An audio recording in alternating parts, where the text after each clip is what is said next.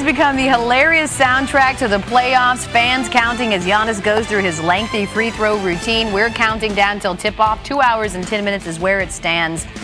But remember that the chanting, it started in Brooklyn, it went through Atlanta, it's now landed in Phoenix, and it's top of mind whenever Giannis addresses the media.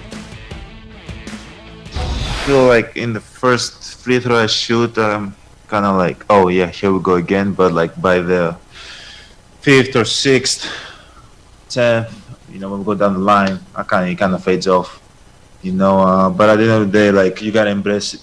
You cannot fight it. You gotta embrace it, and it's part of me now. Yeah, I just embrace it and just go with it. I don't feel pressure now. Michael Wilbon is joining us now from Phoenix. We're going to see him on the top of the hour at SportsCenter with Stephen A. here on ESPN. Before we get to business, real fast, it sounds really loud on the TV. So what's it like hearing the crowds counting in person, Mike? Oh, I thought you were going to ask me about the guy rehearsing the anthem, who sounds like Sam Cooke. I could just listen to him for 2 hours until Sam Cooke. I'm telling you, that's a little too old for you, though. No, that he's one of my favorites. Are you joking? Okay, good. You need to be here then. Me? I'm telling you, this anthem is an all-time great. You got to find out a way to get a clip or something. I shall. If we don't show it. So the count, it's comical. Yeah. I mean, I just start laughing when I hear it because you can't take it seriously. 1, 2, 3, 4, 5, 6, 7, 8. I mean, it's comical. People are into it. It's spirited no matter where it is. And I had forgotten, here at the Western Conference Arena, we hadn't gotten into that. Yeah, they played the Bucks twice this year, but nobody's counting back then. Right. But it is so funny. You can hear it now. You're getting a little sample of it. It's funny, and I don't know if Giannis really pays. He says he doesn't pay attention. I wonder how he can ignore it totally. Right. It's funny too because like when in Atlanta, he said at some point it started to seem like almost like a rhythm. Atlanta though was counting really fast, much faster than the Suns. They gave him no benefit of the doubt. Let's get to brass tacks now. We know that the Bucks have obviously been quite vocal about the free throw disparity in Game 1 and getting to the line more. But what else must the Bucks do to steal one tonight? Well, they might want to call some defensive strategies that don't employ putting 7-footers on Chris Paul. I mean, instead of complaining about 10 more free throws, I don't get annoyed over the years at coaches doing this. Pat Riley, Phil Jackson, the greatest coaches have done it. But I don't want to hear Bud with this talk about his plus 10 in free throws. Half the time they jack up threes. They're nowhere near in position to get fouled. And why don't you employ some defensive strategies that put Drew Holiday more often on Chris Paul? Why don't you start there instead of this excuse making? Did the referees assign Brook Lopez to Chris Paul? I don't think so. We heard Legler say that as well because we have seen, Mike, the Bucks have an issue in that very first game of these series with the guard play and their switches and whether they're going to drop the defender or not. To their credit, they have sort of figured it out down the stretch. At least they did with Atlanta. Trae Young getting hurt did not hurt.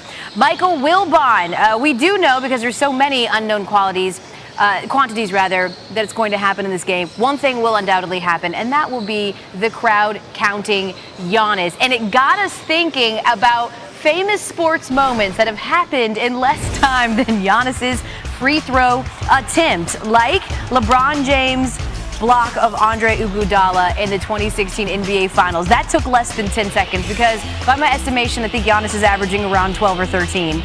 Which, by the way, is illegal. Kyrie Irving's game winner to complete the infamous 3-1 game back, of course, happened then. Then we've got Hale Flutie. That also took less than 10 seconds. And it, of course, cemented the Boston College quarterback as a legend. Flutie's last second 64-yard heave. The end zone was caught for a touchdown. Of course, the upset win earned him the Heisman, and it took 9 seconds for Reggie Miller to score 8 points. This is so great. One of the greatest comebacks of all time as the Pacers turned a 6-point deficit in the waning moments of Game 1 of the 95 Eastern Conference semifinal at the world's most famous arena. And Indiana, of course, would win that series in 7. All these things happened in less time than it takes Giannis to shoot a free throw. Chris Middleton didn't shoot any free throws in Game 1. No doubt that needs to change if the Bucks are going to even up the series tonight. Taking a look at Giannis Antetokounmpo. It's interesting because I think for many people, at least my first introduction to Giannis was when he was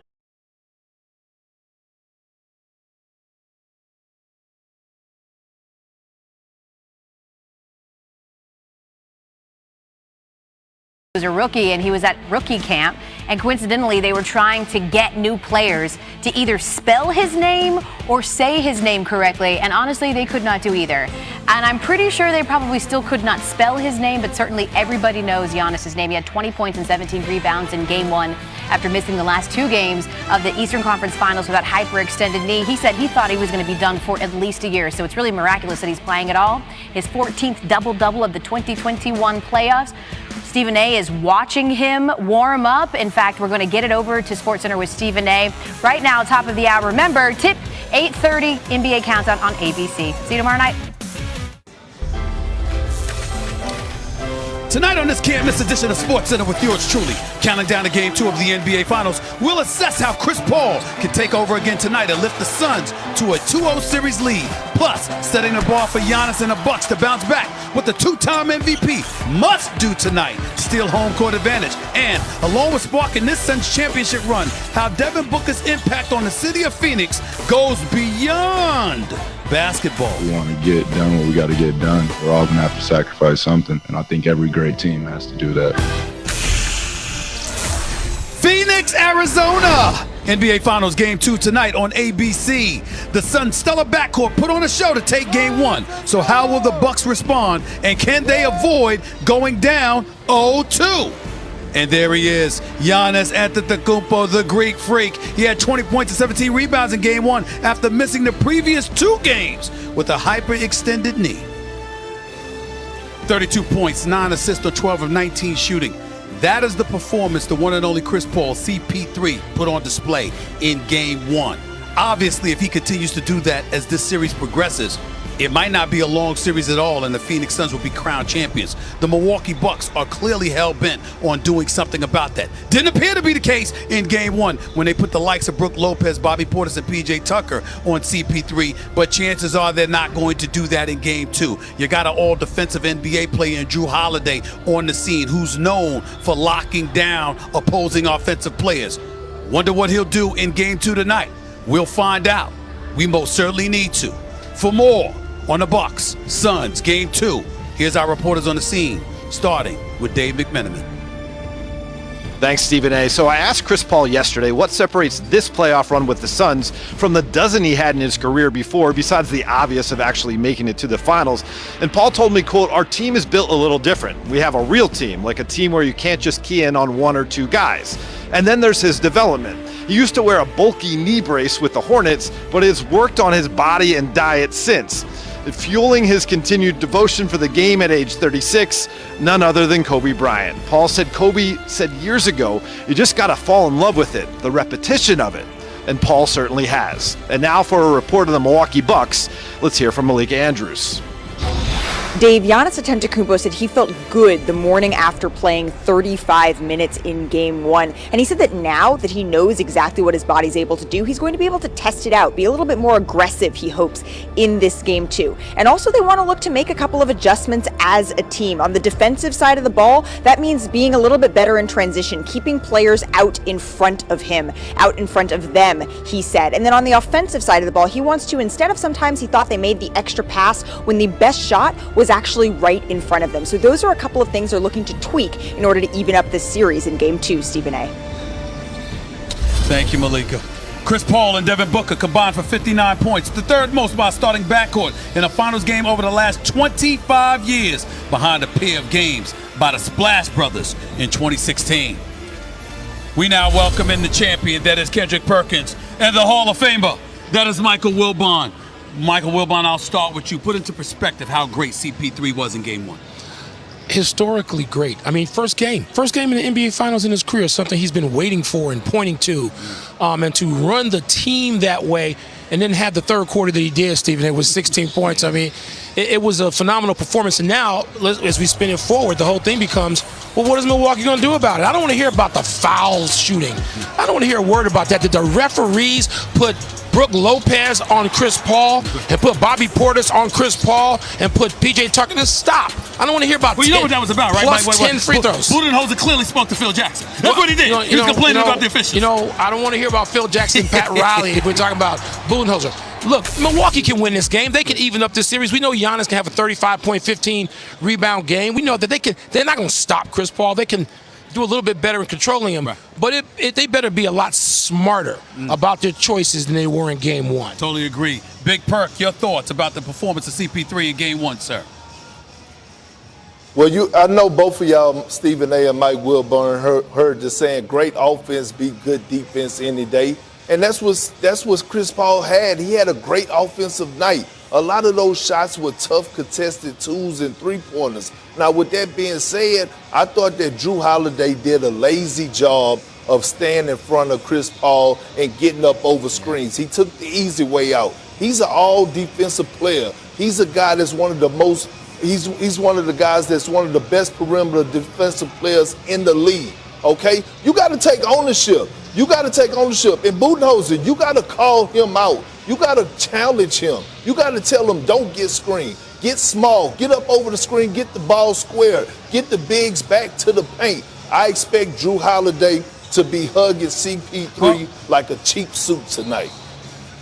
Well, Brett, that's one of the questions I was going to ask you in terms of what do the Bucks need to do to make it harder. But I think that I'd be remiss in neglecting to mention the fact that Brook Lopez was on him at one point, PJ Tucker was on him at one point, Bobby Portis was on him at one point, where Chris Paul was just dancing on him and making him look silly. And we love Bobby Portis.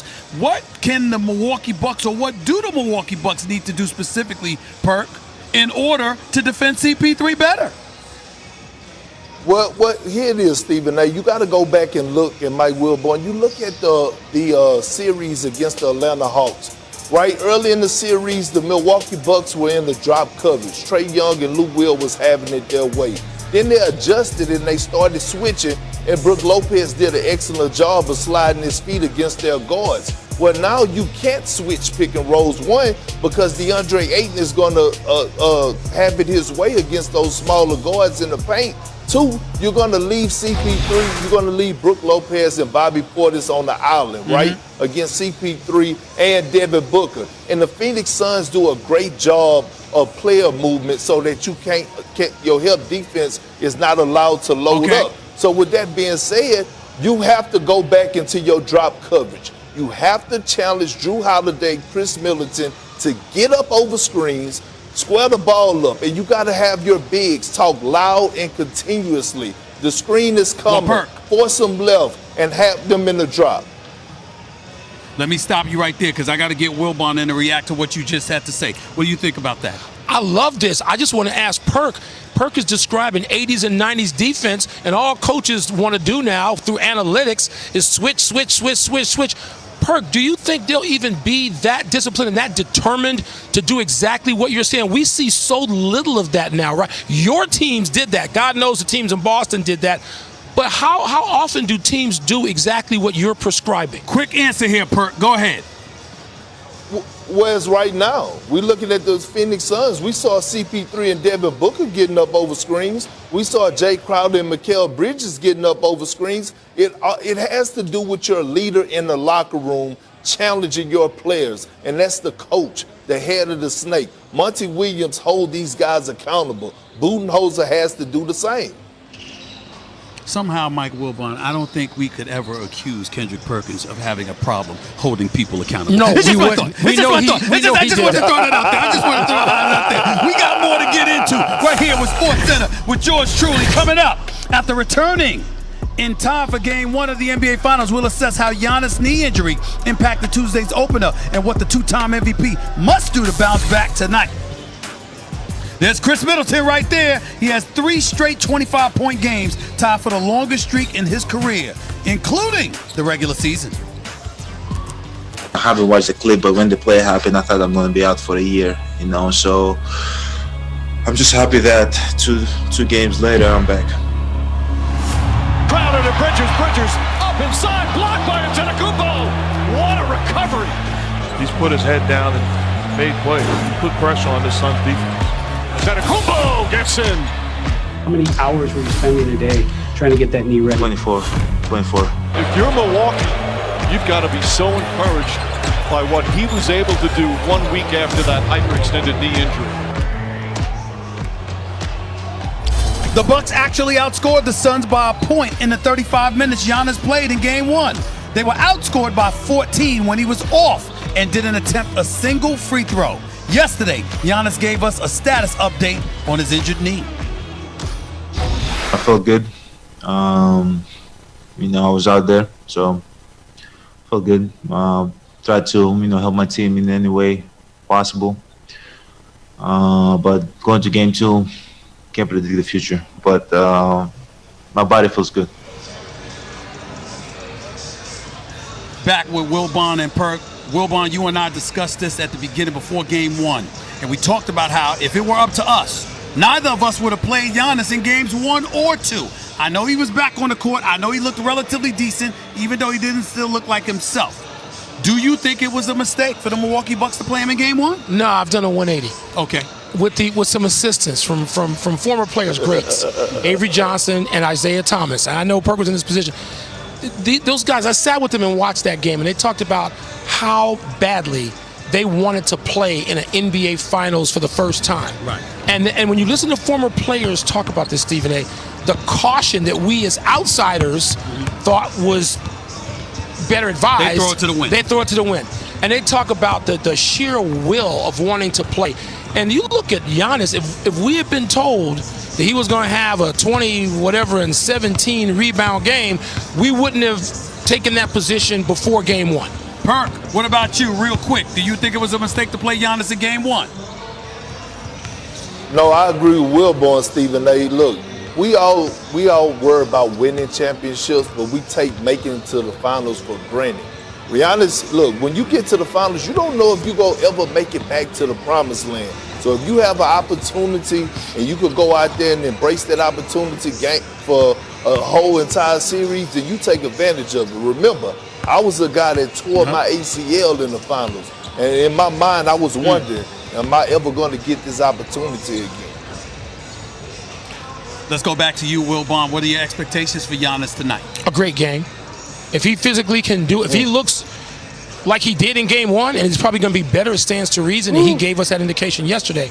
Great game. I mean, a 35-point, 12 to 15 rebound game where he is not goofing around from 3, all right, but is within 12 feet of the basket, offensively and defensively, potentially dominating the game. I expect a great game from Giannis. Well, you tonight. say goofing around with the three-point shot. I say looking horrible shooting the three-point shot. How about shooting 10 feet and then how about that? Yeah, we got you, Perk. What are you expecting? What are you expecting from Giannis tonight in game 2, Perk? What are your expectations for him? I'm expecting Giannis to be the best player on the floor tonight. I'm expecting Giannis to be the 2-time MVP that we've been witnessing over the last couple of years. Here's why. When he came back in game 1, you have to realize when the guy's out and you watch your team while you're injured have success without you, you try to come in and try to fit in, right? Giannis took 11 field goal attempts. That's not happening tonight. The Bucks don't need Giannis to try to fit in. The Bucks need Giannis to be Giannis, and let's go out there and dominate. I'm expecting them to have 20-plus shot attempts tonight. I expect him to come out and be the Greek freak and be aggressive. He's going to be the best player on the floor tonight. I agree with both of y'all. I agree with you about the 180. I agree with you about how we both expect Giannis to look in game 2. All three of us expect Giannis to look in game 2 tonight. But I'll also say this. It's not just about him looking good. He needs to make sure other dudes look good as well, like Drew Holiday. It can't be he only shows up when Giannis does it. But when Giannis is there, he forgets how to play. That's just me. No 4 for 14. That's tonight. It's still more to come with SportsCenter with yours truly right here with your boy Stephen A. Let's get right to it. Here they come. Yes, sir. This is the final, boy. This or that. This or that. This. Yeah, who's the black sheep? What's the black sheep? Find out who I am or when I'm coming so you sleep. Wasn't in my realm, I wasn't in your sphere. Who not who I was, but listen here. Did you see that possession down there? God, it was tough. You can get with this, or you can get with floats it for 8 and jams it home. Booker, shake and bake, jumper, it's good. That's one down, we ain't done. The NBA announced Suns guard Devin Booker as this year's season-long NBA Cares Community Assist Award winner for his amazing community outreach in the greater Phoenix area. Here was Booker on receiving this honor. I don't do it for the recognition, but I'm glad that, the foundation is getting this type of light and this type of exposure, because it means a lot. It means a lot to this community. It means a lot to my family. It means a lot to my brother being on the board at Phoenix Suns Charities. It's what we get the most excited about. So, for us to win that award, I wouldn't say for me to win it, for Phoenix Suns Charities, for the whole foundation to win that award is really important to us. We now welcome an ESPN senior NBA writer, Mark Spears. You just saw Devin Booker receive this award, well deserved. Talk about what the city of Phoenix means to this guy. Well, he called it his third home. He's from Grand Rapids. He went to high school near his dad in Moss Point, Mississippi. Phoenix has been his third home. And it wasn't that long ago where people were saying, man, Devin needs to get out of here. Even Draymond Green said he needed to get out. But his dad told him to be patient, wait. NBA careers for stars are a long time. It'll come around. Devin Booker never asked for a trade.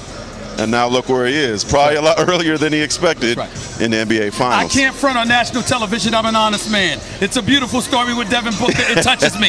But it doesn't touch my heart the way this next topic touches me. Okay. The one and only CP3, Chris Paul. We know he's pursuing a championship, but he's also pursuing a degree. Where? At my alma mater. Which one? Winston-Salem State University. Represent. And HBCU. Ram Nation in the house. Represent, no question. What about this? What can you tell us about this with CP3 and Winston-Salem State University? Well, I'm sure you knew this because you're a Ram. That's right. But in the bubble last spring, he started taking online classes, not at Wake Forest where he played, but at your alma mater. So he's been taking a class every semester. He's going to get a degree in communications. He's even taking a Spanish class on the side. And guess what? After the bubble, he went on campus because he wanted his Ram student ID card and went and took the picture because he was excited.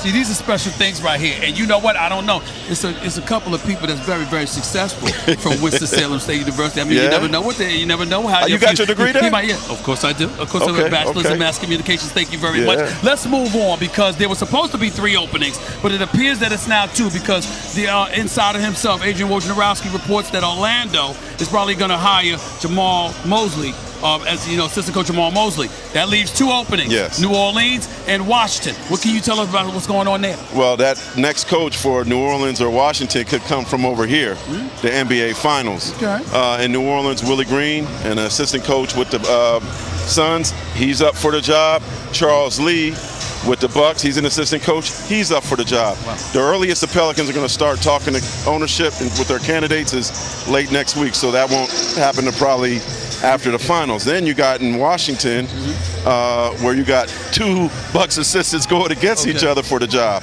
Charles Lee and your boy Darvin Ham. That's right. There's a long list of guys. Tommy Shepard is looking at there. It's going to take a while, but there could be a coach from the. Sam Cassell, is that name going to come up? I mean, it could be on there. Is it in Washington? It needs to be. Wes Unseld Jr.'s name is on there. Yeah, that's a good one. That's a good one as well. Sam Cassell's name needs to be in that mix. I'm just saying. Appreciate you. One and only Mark Spears right here with yours truly, live right here on the SportsCenter. Excuse me? The Ram. The Ram. We could go with that. As the countdown continues to Game 2 of the NBA Finals, hear the story behind Drew Holiday's historic journey to the NBA alongside his brothers, Justin and Aaron. Plus, after this man right here, oh, Lord. Classic. I got it, book. Mike Wilbon. Classic. I was thinking about rocking white, but I said I'm on TV, and it might not look right. And Looks then right this brother on him. walks in, and I don't agree with the sneakers. I love that. Come on. Come on, Stephen A. On my show, Stephen A's World, I got this segment called Concrete Runway. I would have a problem with those sneakers. Classic Chucks, man. No, you gotta rock some fresh white sneakers with that outfit. What about you, Perk? How you feel about that? Hey, listen, the suit is clean, but look, I know he's pulling up to a basketball game and not a baptismal, okay? He's not going to get baptized, all right? He's pulling up to a basketball game. Perk. I got you. On to the next one. Drew Holiday right here, hoping to get his team a Game 2 Finals win tonight. Drew, along with his brothers Justin and Aaron, all in the NBA, come from a family who loves the game of basketball. The one and only Ramona Shelburne has